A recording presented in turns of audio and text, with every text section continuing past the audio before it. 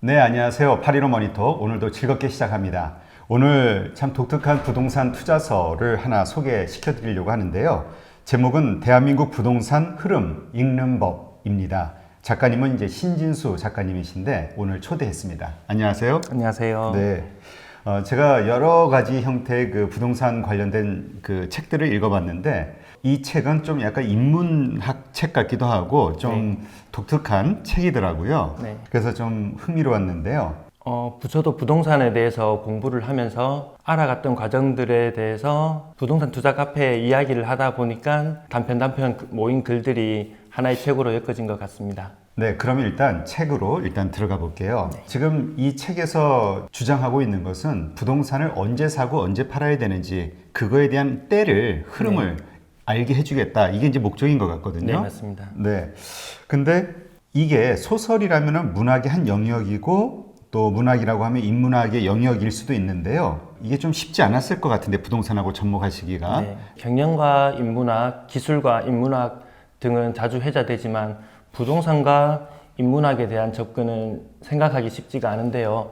우리가 흔히 고전을 보다가 보면 예를 들어서 펄벅의 대지를 보면 토지를 통해서 부를 증식해 나가는 모습, 아니면 마담 보바리를 보게 되면 미래의 부를 미리 당겨 쓰는 부채 때문에 망하는 경우도 보게 되고, 부동산과 관련된 여러 가지 이야기를 접하게 되는데, 고전 속에는 짧은 이야기들만 전해지는데 저는 전체 이야기를 소설로 한번 꾸며보았습니다. 한층 부동산에 대해서 쉽게 접근할 수 있도록 하는 게 글을 쓴 이유입니다. 최근 언론을 통해서 접할 때 보면은 부동산에 대해서는 상승에 대한 이야기들만 계속 전해지고 하락에 대한 이야기는 일부 지역에서 현재 진행형임에도 불구하고 잘 회자되지 않는데요. 이 책 속에서는 부동산에 대해서 확증 편향된 사고를 가지고 계신 분들이 계시다면 상승을 주장하는 분들은 끊임없이 상승에 대한 자료만 수집하고 받아들이고, 하락을 주장하는 분은 하락에 대한 내용들만 받아들이려고 하고 그 외의 정보들은 받아들이려고 하지 않는데요. 이 책에서는 상승에 대한 이야기, 하락에 대한 이야기를 다양하게 담아 보았습니다. 네, 그러면 일단 이 책이 어떤 형식으로 구성이 되어 있죠? 부동산 투자서의 형식을 띠고 있지만 실제 안의 내용들은 거의 소설로 이루어져 있는데요. 노전수라는 인물이 등장을 하게 되고 그 인물이 지난 10여 년간 겪은 일들, 이야기의 첫 시작 부분은 글로벌 금융위기에서부터 시작되는데요. 시간 구성은 10년 전으로 거슬러 올라가는 역전적 구성으로 되어 있고, 안에 주요 내용들은 부동산을 소재로 하는 옴니버스 형식으로 구성되어 있습니다. 일단 여기 주인공, 그러니까 이 부동산의 그 투자자로서 이 시간의 흐름을 끌고 가는 주인공이 이제 노전수라는 이름이 나오는데요. 이 노전수는 어떤 인물입니까? 제가 상상해서 만들어낸 인물인데요. 자본주의의 긍정적인 측면도 많이 있겠지만 부의 양극화라든지 아니면 돈의 노예가 된다든지 이런 부정적인 일면을 생각하다가 노전수 이름을 거꾸로 생각해보면 수전너가 됩니다. 그 아버지께서 그 이름을 지어주시면서 돈의 노예가 되지 말라는 의미로 이름을 지어주셨습니다. 이 인물이 글로벌 금융위기 이전에 굉장한 레버리지를 일으켜서 투자를 하게 되고 커다란 실패와 좌절을 겪게 되지만 기사회생해 나가는 모습을 그려보았습니다. 그 노전수라는 인물에 의해서 이제 이 책 안에서 이제 리밸런싱이라는 그 이름으로 이제 이야기가 이어지는데요. 이 리밸런싱이라는 것은 무엇을 이야기하는 겁니까? 리밸런싱은 자산 편입 비중을 재조정한다는 의미입니다. 자산에서 부채의 비중을 어느 정도 맞추느냐, 리밸런싱 말 그대로 밸런스를 다시 맞춘다는 의미입니다. 투자가 화랑인 곳을 보면은 미래의 부를 모두 끌어당겨서 투자를 하는 모습을 볼 수 있습니다. 대한민국 가계에서 한 가구가 1년에 평균적으로 저축하는 평균 액수는 1,000만 원 정도라고 합니다. 30대 부부가 2억 원의 자산을 가진 상태에서 3억 원의 부채를 이용해서 투자를 했다면 아마 이 부부는 미래의 부를 모두 당겨서 투자한 것이라고 할 수 있을 것 같습니다. 이 투자가 한 번에 그친다면은 문제가 되지 않겠지만 일반적으로 투자를 감행하는 사람들은 집을 2채, 3채 연거푸 투자하는 경우들이 많이 있는데요. 누가 봐도 과하다는 느낌을 가지게 되지만 정작 투자를 감행하는 이들은 전혀 그렇게 느끼지 못하는 것 같습니다. 왜냐하면 더 많은 투자가 더 많은 부를 안겨줄 것이라고 믿기 때문인 것 같습니다. 제 생각에 이때 필요한 것이 리밸런싱이라고 생각합니다. 물론 자산의 가치가 무한정 상승하기만 한다면 리밸런싱 따위는 필요가 없을 겁니다. 제가 운동을 하다가 보면은 잘하고자 하는 의욕이 앞서면 몸에 힘이 잔뜩 들어가게 됩니다. 그러면 주위에서 운동을 좀 많이 하신 분들이 운동을 잘하려면 힘 빼는데 3년 정도 걸린다라고 이야기를 해주시는데요. 아마 리밸런싱을 모른다는 것은 운동에서 힘을 빼는 방법을 모르는 것과 비슷한 것 같습니다. 그러면 이 리밸런싱이라는 기간을 언제라고 얘기할 수 있는 건가요? 벌집 순환 모형에 대한 이해가 먼저 필요한 것 같습니다. 벌집 순환 모형이란 1994년 얀센 등에 의해 개발된 것으로서 부동산의 가격과 거래량의 순환을 시계열적으로 나타낸 것입니다. 주택시장의 변화를 전망하는 다양한 연구 중에 하나입니다. 네덜란드 주택시장을 대상으로 한 연구를 근거로 하고 있는데요. 네덜란드 4개 도시를 대상으로 검증한 결과 에인트호번과 엔스헤데 2개 도시에서 벌집과 유사한 모형으로 순환함을 발견하였습니다. 그러면 벌집 순환 모형을 한번 보시도록 하겠습니다. 보통 국면이라는 용어가 이전 선행 연구들에서 사용되어서 벌집 순환 모형에서도 마찬가지로 국면이라는 것을 이용하는데요.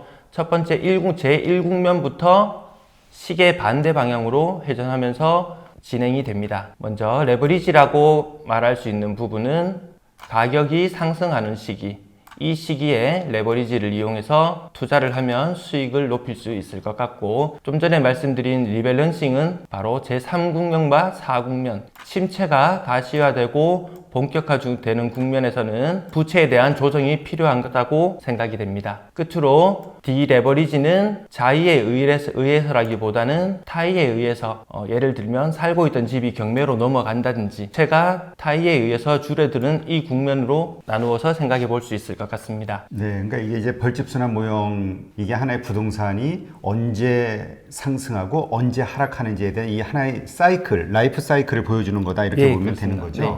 이렇게 이해를 하면 되겠네요. 네, 그래서 실제 아까 말씀드린 네덜란드의 2개 도시의 모습을 살펴보면 에인트호번의 경우 76년에서 90년까지 가격과 거래량의 변화를 모습을 나타냈는데요. 앞에서 먼저 살펴보신 벌집 순환 모형과 같은 모형과 모형 안에 유사하게 가격과 거래량의 변동이 나타납니다. 엔스헤데라는 지역도 마찬가지로 육각순환 모형 안에 그 내용이 들어갑니다. 우리나라의 경우에도 그 실제 사례를 적용해보면 2009년에서 2015년까지 수도권에서 나타난 모습, 그리고 5개 광역시의 모습, 지방광역시의 모습, 전체 모습을 다 볼 수는 없지만 벌집 순환 모형 안에서 움직이고 있는 듯한 모습을 볼 수 있습니다. 가장 최근에 나온 자료인데요. 제일 왼쪽이 전국의 모습을 나타내고 있고, 그 오른쪽은 수도권의 모습, 가장 관심이 많을 것 같은 서울의 모습은 이러한 모습을 나타내고 있습니다. 지방은 벌집 순환 모형, 아까 보셨듯이 5국면에서 6국면 사이에 위치하는 것 같습니다. 디레버리지에 대해서 한번 이야기를 해볼게요. 디레버리지는 어떤 상황을 이야기하는 겁니까? 이 시기는? 디레버리지는 레버리지의 반대 개념으로서 부채를 줄여나간다는 것을 의미합니다. 리밸런싱 시기에 적절하게 부채를 조정하지 못했다면 타의에 의해서 강제적으로 부채가 조정되는 시기인 것 같습니다. 자, 그러니까 이게 우리가 무슨 뭐 대출금 이자를 못 낸다든지 원금을 못 내가지고 경매로 넘어간다든지 아니면 막 급매라도 일단 빨리 현금화를 할 수밖에 없는 그런 강제적인 상황에 대해서 이제 디레버리지라는 걸로 표현을 하고 있는 건가요? 네, 맞습니다. 자, 그럼 이거는 이제 정말 최악의 상황인 것 같은데, 그렇죠? 부동산 소유자 입장에서는 이럴 때 이렇게 정리를 할 수밖에 없는 거죠, 상황이. 그렇죠? 돈이 급하니까.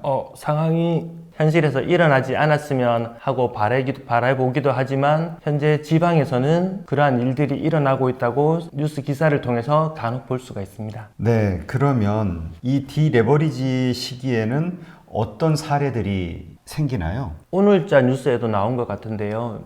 지방에는 역전세 공포가 심화되고 있다라든지 잔금을 마련하지 못해서 미입주가 되면서 계약을 파기당하는 경우도 있고요. 아니면 마이너스 프리미엄으로 손실을 보는 경우도 있는 것 같습니다. 지금 현재 집값을 생각해 보면 이제 가구들의 그 순자산이 크지 않은 것 같아요. 다 대출금이지. 그렇다면 이러한 상황에 있는 사람들이 지금 시점에 어떻게 해야 되는 겁니까? 자산을 정리 정리해야 되나요? 리밸런싱을 해야 되나요? 아니면 뭐 지금은 문제없이 그 상황을 유지해 나가도 되는 상황인 건가요? 앞에 보이는 이미지를 보시면은 2018년 가구의 경제 상황을 볼 수 있는데요. 대한민국 가구의 평균적인 순자산은 3억 4천만 원 정도인 것 같습니다.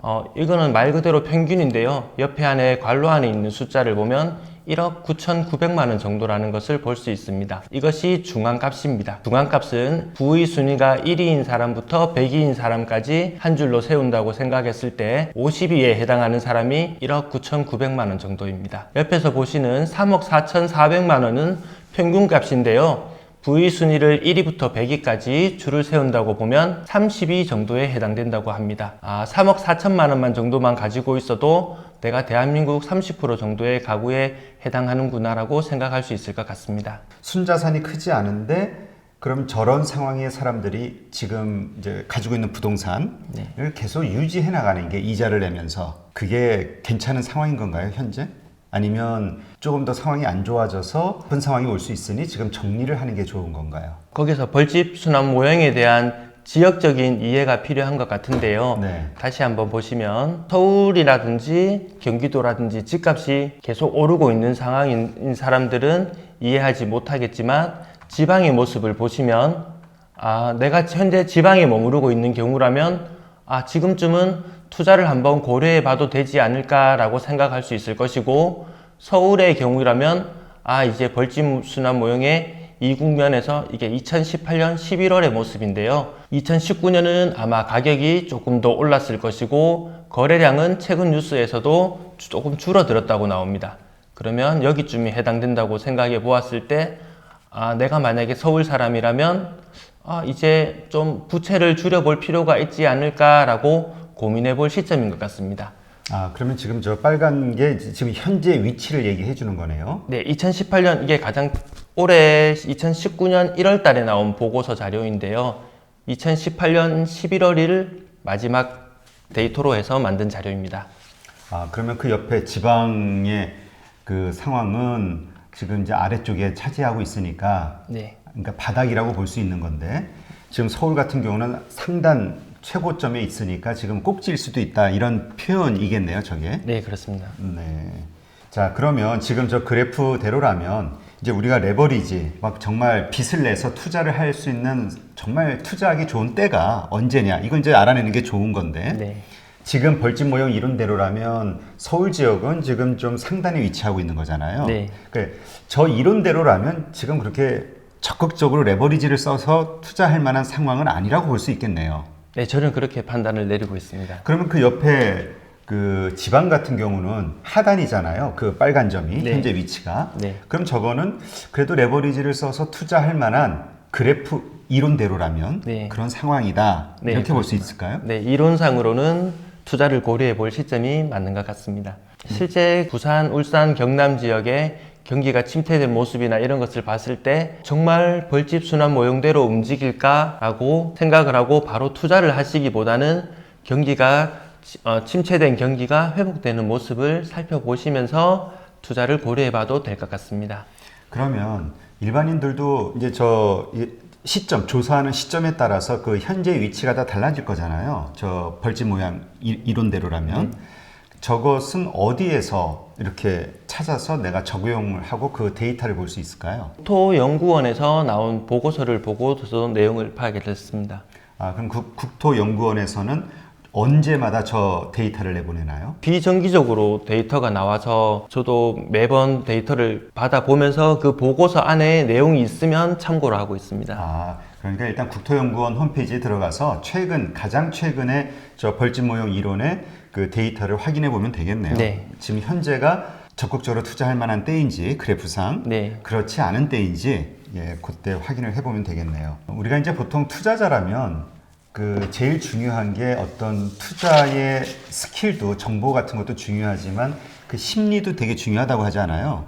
그러니까 부동산 투자자가 가져야 되는 어떤 심리 어떤 게 좋은 게 있을까요? 원칙 같은 게 있다면? 책 속에 잠깐 이병철 삼성 전 회장 이야기가 잠깐 등장을 하는데요. 미두 거래라고 쌀 선물 거래를 하다가 크게 망할 뻔한 이야기가 잠시 소개가 되는데요. 모든 사람들이 사고 싶어 하고 가격이 오른 시점, 그 시점에 팔고 모든 사람이 두려움에 사로잡혔을 때 가격이 더 떨어지면 어쩌지 하고 두려움에 사로잡혔을 때 살 수 있는 지혜가 필요한 것 같습니다. 쉽게 말해서 고점에 매도하고 저점에 매수를 하라. 이것은 누구도 고점을 알 수는 없을 것이고 누구도 저점을 예측하기는 힘들 것 같습니다. 다만 우리는 벌집 순환 모형을 통해서 그 모형에 맞게 움직이는지를 보고 판단을 하면 될 것 같습니다. 그 재테크와 관련된 책인데 약간 인문학적인 그 방식으로 접근을 했다는 게 좀 특이하네요. 그러니까 결국은 많은 사람들이 이렇게 막 가격이 오르고 막 사야 되겠다 이럴 때는 오히려 좀 꼭지인 경우들이 많이 있더라고요. 네. 투자하면 안 될 것 같아. 너무 떨어졌어. 뭐 떨어지고 있어. 이런 상황이 오히려 나중에 돌이켜보면 그러니까 오히려 반대, 지금 상황과 반대의 생각을 갖는 게 좀 필요하다는 얘기신 거죠. 네, 그렇습니다. 근데 사실 그렇게 하려면 용기가 엄청 필요하잖아요. 왜냐면 한두 푼이 아니잖아, 네, 부동산은. 맞습니다. 그렇죠? 그 용기를 이제 뒷받침할 수 있는 자기가 이제 근거로 삼을 수 있는 것이 순환 모형에 맞게 움직이는지 끊임없이 관찰하면서 그 시기를 기다려 보면 될 것 같습니다. 우리나라가 일본을 닮아가면서 부동산 장기 침체의 늪에 빠질 것이다 라고 이런 이야기를 들으면은 굉장히 망설여지는데요.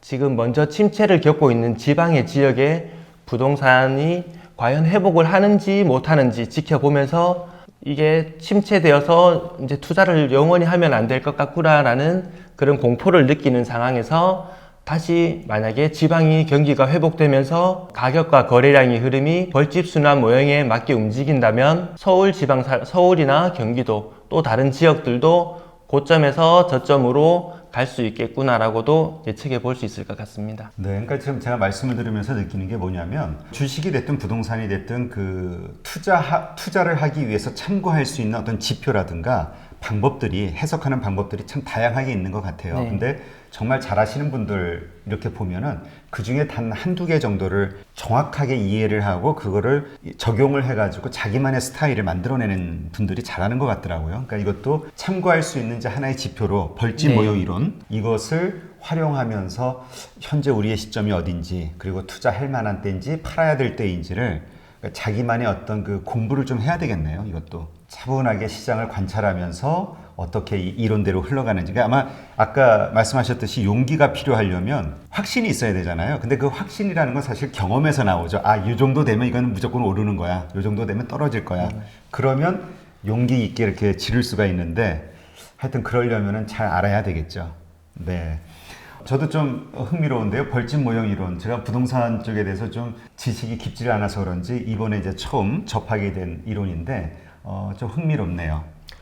벌집 순환 모형도 이게 절대적으로 뭐 맞다 틀리다라고 이야기를 할 수는 없지만 투자자라면 옆집에 누구 엄마가 이거 뭐 좋다고 하더라, 어디 같이 투자하러 가자, 뭐 학세권이다, 역세권이다, 여러 가지 이야기를 듣고 팔랑귀가 되어서 따라가기보다는 자기만의 나름의 기준으로 삼을 만한 지표가 있는 것도 괜찮을 것 같습니다. 네, 보통 정말 옆집에서 여기 괜찮아, 네. 뭐 동호회에서 저기 괜찮아. 보통 주변 사람들 말에 의해서 많이 이 뇌동매매라고 하죠. 네. 예, 그냥 갑작스럽게 결정하는 경우들이 있는데 어쨌든 이렇게 자기가 공부하고 알아서 판단해서 자신의 선택에 의해서 결정하는 게 중요하겠네요. 멀리서 대구에서 오셔가지고 네. 오늘 처음 방송하시는 거라 또 긴장하시고 네. 좋은 경험 되셨죠? 아, 좋습니다. 네, 새로운 각도의 부동산 투자서인데요. 네, 한번 관심 있으신 분들 한번 보셔도 괜찮을 것 같습니다. 오늘 이렇게 멀리서까지 와주셔서 바쁜 시간 내주시고 감사합니다. 초대해 주셔서 감사합니다. 네, 수고하셨습니다.